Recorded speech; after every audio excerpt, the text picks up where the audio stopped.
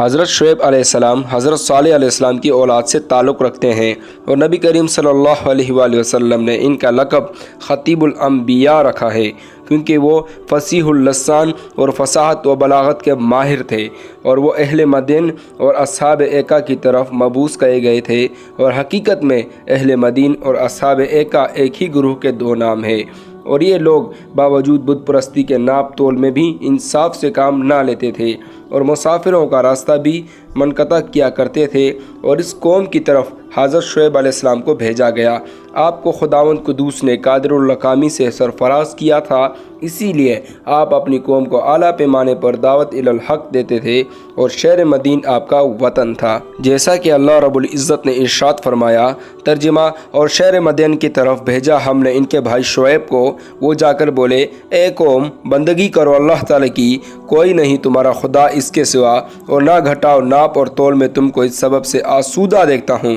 لیکن ڈرتا ہوں ایسے عذاب سے کہ وہ جب آئے گا تو تم کو تمام اپنے گھیرے میں لے لے گا، اور کوئی بھی اس گھیرے سے نکل بھی نہیں سکتا۔ اور اے قوم، پورا کرو تم اپنے ناپ تول کو انصاف کے ساتھ، اور مت کم دیا کرو لوگوں کو ان کی چیزیں، اور نہ مچاؤ اس کے سبب سے فساد زمین پر۔ یہ سن کر حضرت شعیب علیہ السلام کو کافروں نے جواب دیا، اے شعیب، تم کو معلوم ہونا چاہیے کہ مال ہمارا ہے، خواہ ہم اس کو زیادہ میں بیچیں، خواہ اس کو گھٹا کر فروخت کریں، اور تم کو ہمارے وزن اور ناپ تول سے کیا کام؟ اور جو کچھ ہم کرتے ہیں اپنی سمجھ سے کرتے ہیں، آپ کو ہماری تجارت کے کاموں میں دخل دینے کی کیا ضرورت ہے؟ آپ تو اس کام کو کیے جاؤ جس کام کی لوگوں کو دعوت دیتے ہو، اور ہم لوگوں کی تجارت کی طرف تو خیال بھی نہ کرو، اس سے تمہارا کام میں رکاوٹ پڑے گی۔ پھر حضرت شعیب علیہ السلام نے فرمایا، اے میری قوم، خدا کی بندگی کرو، اگر تم بندگی نہ کرو گے اور اپنے وزن، ناپ تول اور میزان کو درست نہ رکھو گے تو یقیناً تم کو عذاب خداوندی پہنچے گا،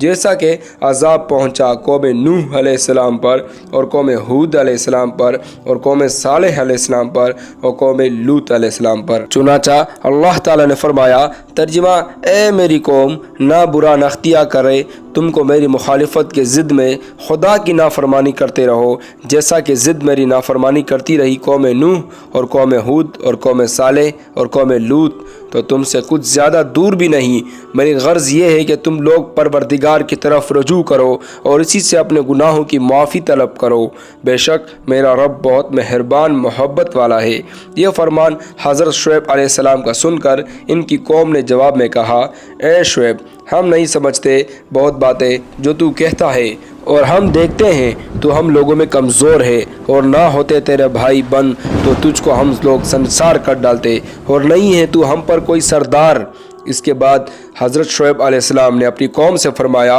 اے قوم، اللہ تعالیٰ سے ڈرو اور اس کی عبادت کرو، اور مجھے اللہ کی جانب سے آیا ہوا نبی تسلیم کرو، اور میں جس چیز کا حکم دوں اس کو بجا لاؤ، اور ہر امر میں میرا کہنا مانو۔ ہر چند اور ہر وقت حضرت شعیب علیہ السلام اپنی قوم کو نصیحت اور ہدایت کرتے رہے، لیکن قوم برابر انکار ہی کرتی رہی۔ جب قوم نے کسی طرح سے حضرت شعیب علیہ السلام کا کہنا نہ مانا اور برابر سرکشی اور اپنی ضد پر مصر میں رہی، تو بہت ہی مجبور و مایوس ہو کر حضرت شعیب علیہ السلام نے اللہ تعالیٰ سے اس قوم کے واسطے بد دعا کی، اور بد دعا کے کرتے ہی حضرت جبرائیل علیہ السلام فوراً حضرت شعیب علیہ السلام کے پاس آئے اور کہنے لگے، اے شعیب، قریب ہے کہ تمہاری قوم پر خدا تعالیٰ عذاب نازل کرے گا، لہٰذا تم ہوشیار رہو، اور جو لوگ تم پر ایمان لائے ہیں ان سب کو لے کر شہر سے باہر نکل جاؤ، اور اب اس قوم سے دور رہو۔ اور اس فرمان الہی کو سن کر